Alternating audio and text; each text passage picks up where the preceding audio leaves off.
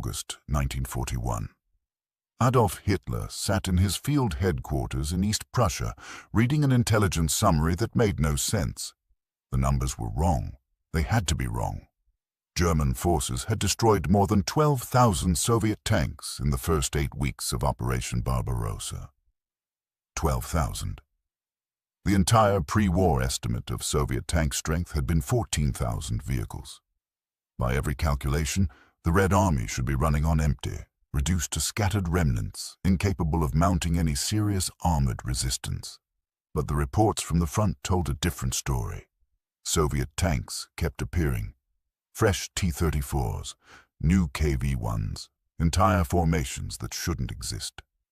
The Wehrmacht was still encountering organized Soviet armored units with modern equipment, fighting with a ferocity that suggested no shortage of machines or ammunition.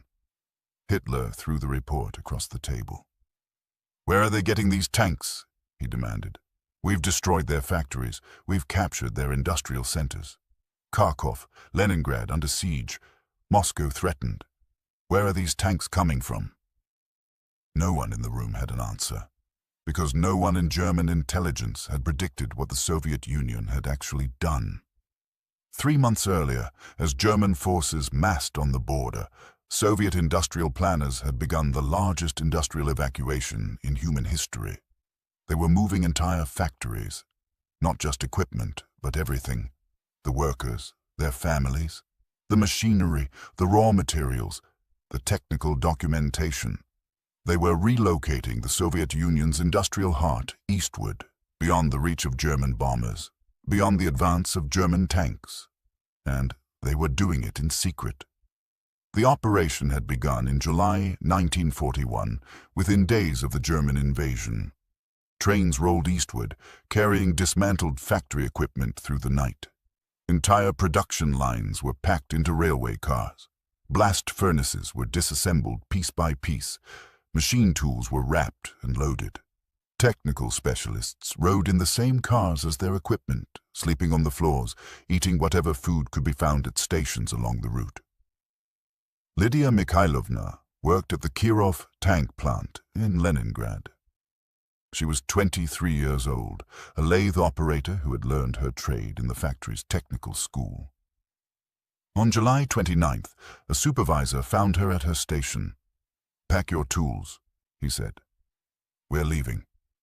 "Leaving?" she asked. "Where?" "East. That's all I know. Pack everything you need. We leave tonight." By midnight, Lydia stood on a railway platform with 200 other workers, watching as cranes loaded their factory onto flat cars. The machinery she'd operated for 3 years was being taken apart, each component numbered, each bolt accounted for. Technical drawings were packed in waterproof cases.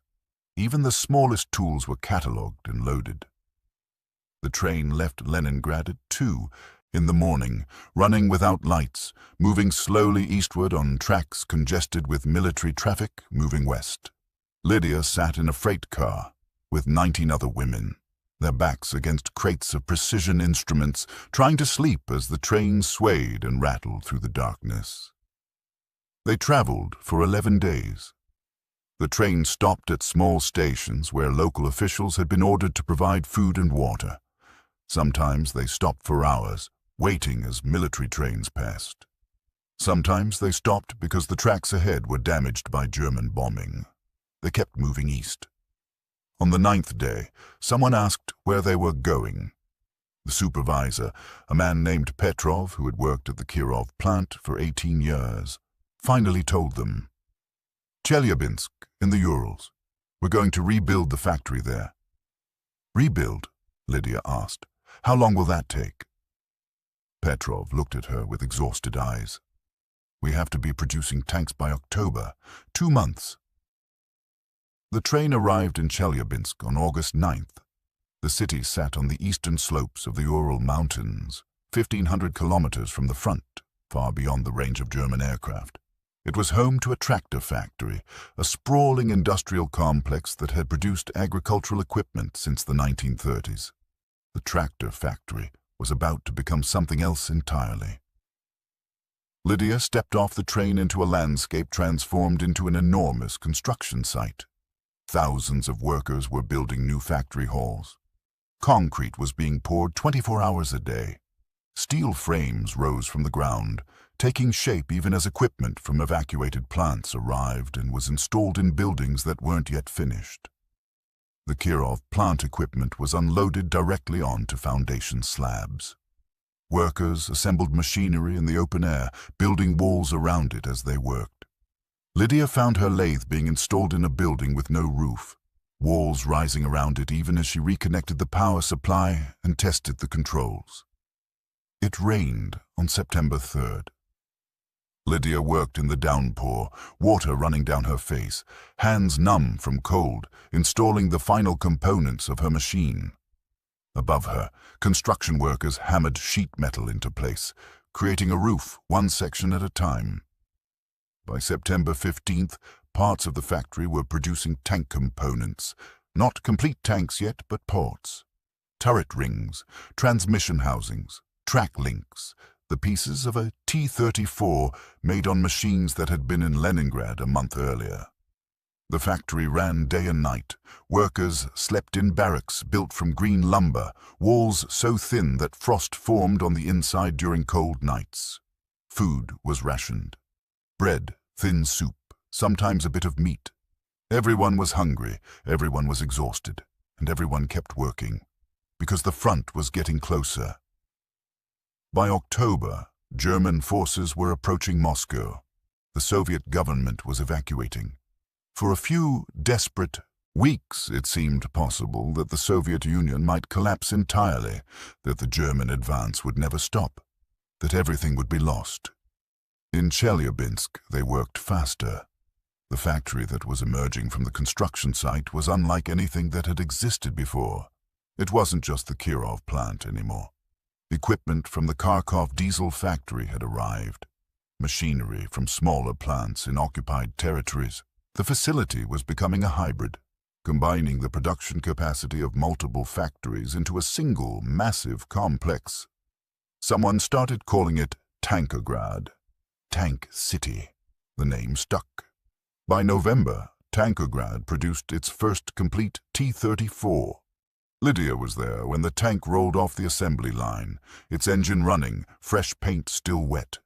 Workers cheered, some cried. The tank drove directly from the factory floor to a railway loading dock, where it was shipped west to the front. The next day they produced 2 tanks, then 3, then 5. In East Prussia, Adolf Hitler was receiving new intelligence reports, and the numbers made even less sense than before. Soviet tank production wasn't collapsing. It was increasing. Franz Halder, chief of the German Army General Staff, presented the latest estimates at a military conference in November 1941. Our intelligence now indicates Soviet tank production may exceed 700 vehicles per month, he said. Hitler stared at him. 700? That's impossible. We've destroyed their industrial base. Apparently not, my Führer. The Soviets appear to have relocated substantial industrial capacity eastward, beyond the Urals. Our aircraft cannot reach these facilities. Cannot reach them? Hitler's voice rose. You're telling me the Russians have built new tank factories and we don't know where they are? Not built, my Führer. Relocated. They moved their factories. Entire production complexes were dismantled and transported east by rail. They're producing tanks in locations we didn't know existed. Hitler stood, pacing the room. How many factories? We don't know exactly. Signals intelligence suggests at least 400 major industrial facilities have been relocated. Possibly more. 400. Hitler turned to face Halder. 400 factories and our intelligence services knew nothing about this? The room was silent. Hitler's face had gone red, his hands trembling with rage. You told me, he said, his voice low and dangerous, that the Soviet Union was on the verge of collapse. You told me their industrial capacity was destroyed. You told me they couldn't replace their losses, and now you're telling me they've moved 400 factories across the Urals and are producing more tanks than ever. The relocation operation was unprecedented in scale. Halder said carefully. No intelligence service could have predicted. Don't tell me what could be predicted, Hitler shouted. I started this war based on your estimates, based on your assurances that Soviet industrial capacity was limited, that they couldn't sustain a long campaign, that their production would collapse once we captured their western territories. He grabbed an intelligence report from the table and threw it. Papers scattered across the room. If I had known the Russians could do this, Hitler said, his voice shaking, if I had known they could move their entire industrial base beyond our reach, I might never have started this war. The words hung in the air. Everyone in the room understood what Hitler had just admitted. The fundamental assumption underlying Operation Barbarossa, the belief that the Soviet Union could be defeated in a single campaign before its industrial potential could be mobilized, was wrong. The Soviets had mobilized their industry. They had done it while under attack, while losing millions of soldiers, while German forces advanced hundreds of kilometers into their territory. And they had done it so effectively that German intelligence hadn't even realized it was happening until it was too late to stop. In Tankograd, production accelerated through the winter. By December 1941, the facility was producing 20 tanks per day. By January 1942, 30 per day. Workers lived in the factory, sleeping in corners of the production halls, working 16-hour shifts, surviving on bread and soup and the knowledge that every tank they built might save Soviet lives at the front. Lydia Mikhailovna worked her lathe until her hands bled, until she could barely stand, until supervisors ordered her to rest. She would sleep for 4 hours, wake up, and return to her machine. Around her, thousands of others did the same. The factory operated in conditions that would have shut down any Western industrial facility. Winter temperatures dropped to -30 degrees Celsius. Parts of the factory still had no walls, just tarps stretched over frames. Workers wore every piece of clothing they owned. Gloves cut away at the fingertips so they could operate precision machinery. Frostbite was common. Exhaustion was universal. But the tanks kept coming. By spring 1942, Tankograd alone was producing more tanks than the entire German armaments industry. The facility had become the largest tank production center in the world, a sprawling complex employing 50,000 workers, running 24 hours a day, producing T-34s at a rate German intelligence had declared impossible. And Tankograd wasn't alone. Other evacuated factories had begun production. Nizhny Tagil, where the Dzerzhinsky-Ural railway car factory had merged with evacuated plants to produce T-34s. Sverdlovsk, where artillery factories had been relocated, Omsk, Novosibirsk, dozens of other cities across the Urals and Siberia, all producing weapons beyond the reach of German bombers. The Soviet Union had created a hidden industrial empire. An empire built in months under conditions of total war by workers who understood that failure meant defeat and likely death. In June 1942, Hitler received an updated intelligence estimate. Soviet tank production was now estimated at 1,000 vehicles per month, possibly more. Albert Speer, the Reich Minister of Armaments, was present when Hitler read the report. He later wrote about Hitler's reaction. The Führer sat in silence for several minutes, Speer recalled. Then he said, very quietly, "They're building tanks underground, and we're fighting them with our hands tied behind our backs." Underground. The word captured Hitler's incomprehension. To German military planners, the idea that an industrial base could be relocated, rebuilt, and expanded while under attack was almost inconceivable. It violated every assumption about modern warfare.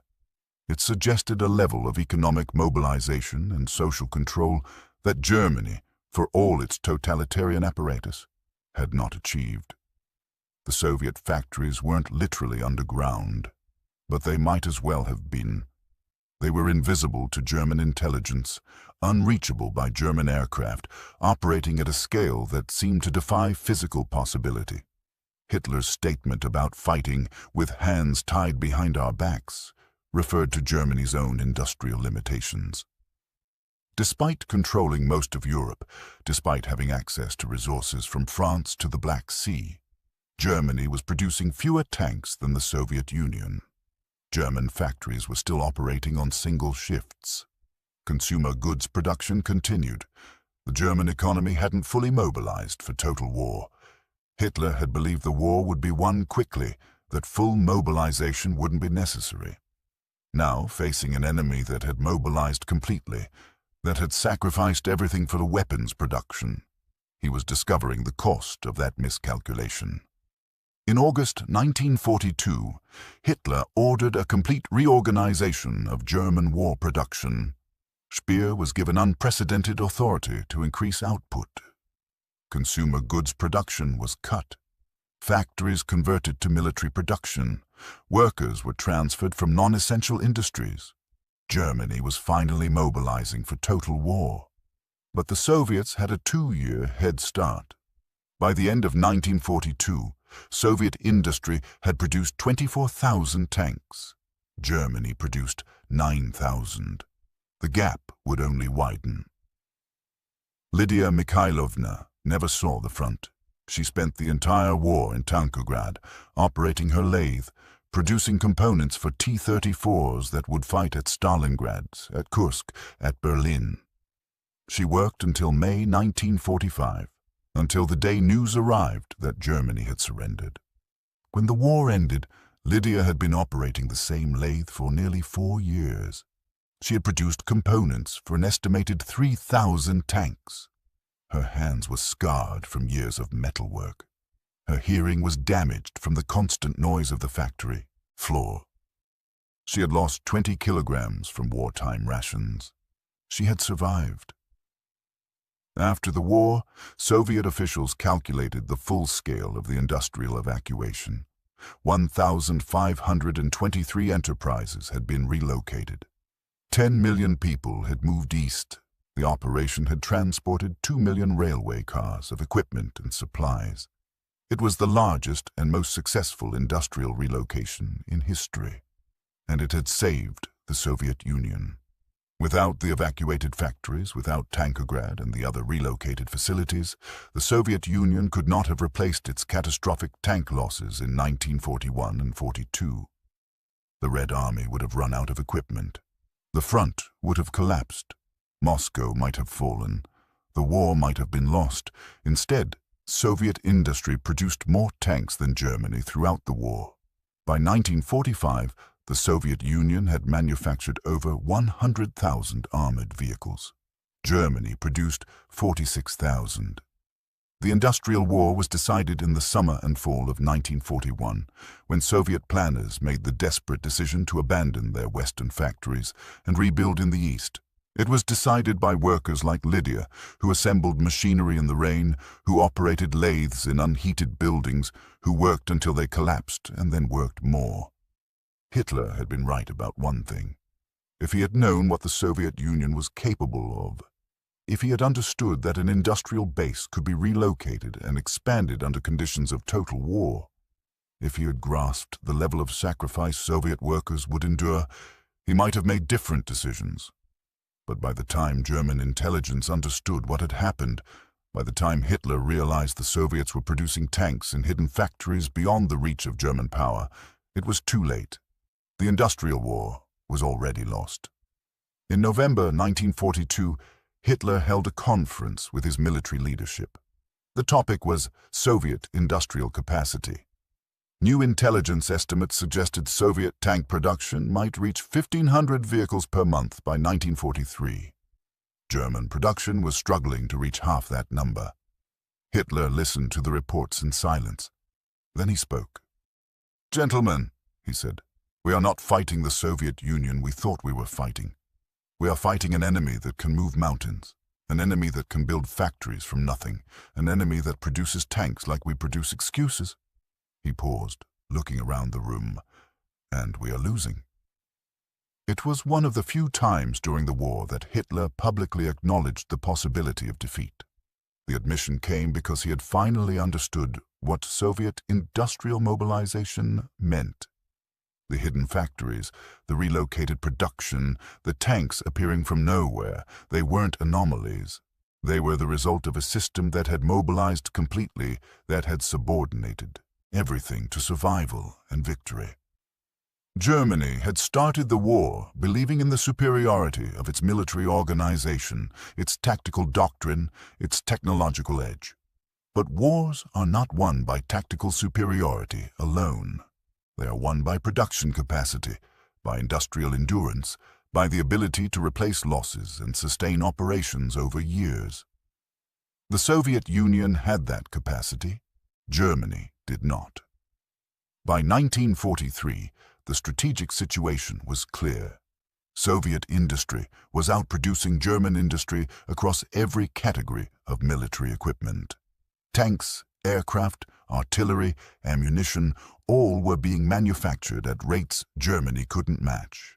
The hidden factories, the relocated production centers, the industrial complexes built in the Urals and Siberia, they were producing the weapons that would eventually destroy the Wehrmacht. Hitler's statement about underground production wasn't literally accurate, but it captured a deeper truth.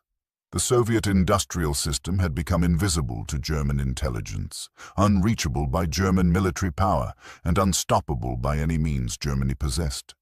The factories weren't underground. They were simply beyond Germany's ability to affect them, and that made all the difference. In Tankrad, production continued until the end of the war. The facility produced over 18,000 tanks and self-propelled guns between 1941 and 1945.